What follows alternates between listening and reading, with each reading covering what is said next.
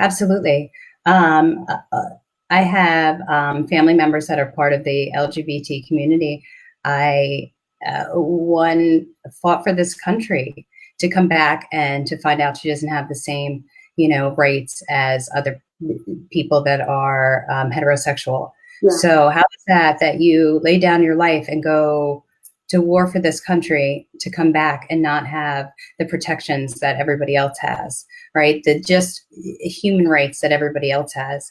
My son was also of mixed race. So I saw, after a very white experience, right, for myself, I didn't realize how systemic injustices have just like insidiously just, well, it was built this way, but just in every single system in America, and how it's just, we have to start growing and learning about just how we got here and what we could do to make it better. Mhm. Um, our environment, our air quality was the best during the shutdown. Why? We weren't traveling. We could see what, our air quality that was considered good. Mhm. And if we don't protect the planet, where are we going to live? Like, this is where our children have to live. This is causing damage to their health. Why isn't anyone paying attention? And when are we going to stop selling the well-being of our children and future generations to these big,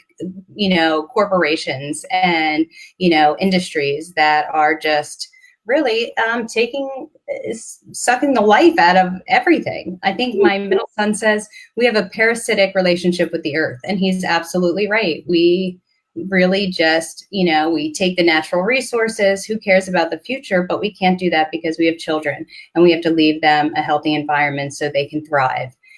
And that's really what it comes down to. We want to protect small businesses, yet we have the Delaware loophole that lets these multi-state corporations get away with not paying their taxes when our small businesses are paying their taxes, or they can divert funds. Why are we not cutting the red tape around that? And why are we stripping funding from public education when we are spending less, contributing less on a state level to public education than we were in the 70s? Like this, we have to appropriate funds where they're needed. And I think that the kids, the public education, mental health and health services and resources are where we really need to be, investing what we do have, our social safety nets per se, because with this pandemic, we saw how the gaps in those, safety nets, in those social service programs. And talking about healthcare and our kids, I'm not sure if you were following